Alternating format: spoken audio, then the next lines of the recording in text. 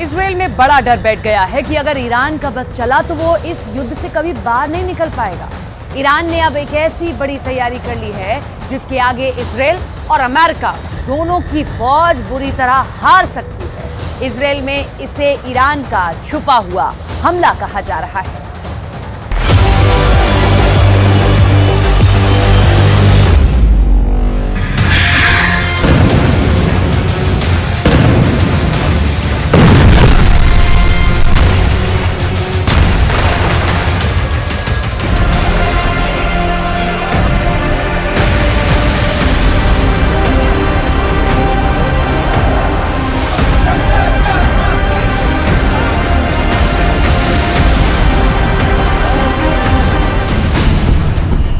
Iran का ऐलान, Israel का विनाश शुरू।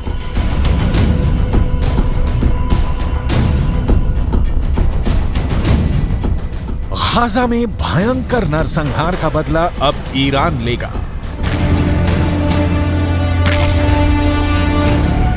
ईरान के सुप्रीम लीडर अली खामनेई ने ऐलान कर दिया है कि भले ही हमास और इजरायल के बीच सीज फायर हो गया हो, लेकिन ईरान गाजा में गिराए गए एक एक इजरायली बम का खूनी बदला जरूर लेगा। ईरान ने यहां तक धमकी दी है कि वो इजरायल और अमेरिका को किसी भी कीमत पर नहीं बख्शेगा और अब इजरायल पर भीषण हमले शुरू हो चुके हैं।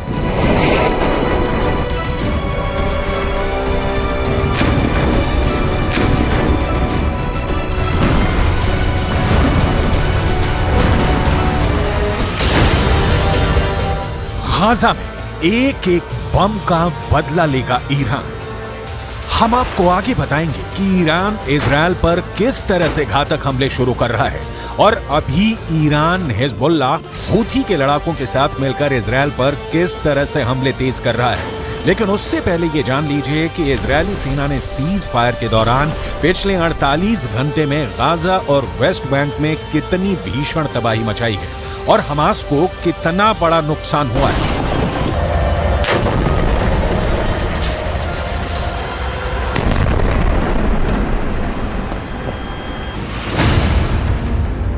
इजरायल सुरक्षा बलों यानी आईडीएफ ने दावा किया है कि पिछले 24 घंटे में हमास के नौसेना बल के कमांडर को उसने मार डाला है। Commander Umar Abu Jallah Hamas की नौसेना बल में एक सीनियर कमांडर था। कमांडर उमर अबू जल्लाह को इजरायली सेना ने हवाई हमले में मारा है।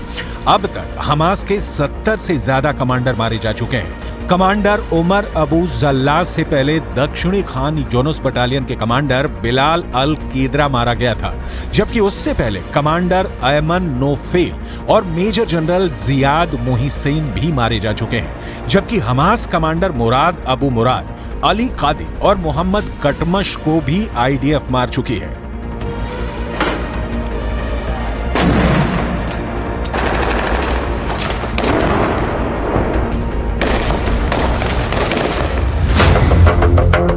इजरायल को नहीं बचा पाएगा सीज फायर। अब सवाल उठता है कि आखिर इजरायल के सामने ऐसी क्या मजबूरी हुई कि उसे हमास के साथ 4 दिन का सीज फायर करना पड़ा।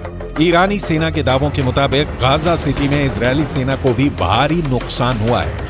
ईरान का यहां तक दावा है कि भले इजरायल अपने 70 सैनिकों के मरने का दावा करे, लेकिन हकीकत में इजरायल के 10 से 20 गुना सैनिक गाजा सिटी में सीधी जंग में मारे जा चुके हैं। इसीलिए ईरान के सुप्रीम लीडर अली खामनेई 4 दिन के सीज फायर शुरू होने के साथ ही ऐलान कर दिया था कि गाजा में गिराए गए एक एक इजरायली बम का बदला लिया जाएगा।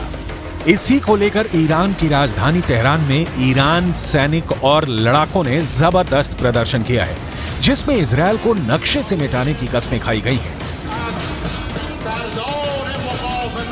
तेहरान में हुए प्रदर्शन की तस्वीरों में साफ देखा जा सकता है कि जबरदस्त नारों के बीच इजरायल को मिटाने की कस्में खाई जा रही हैं।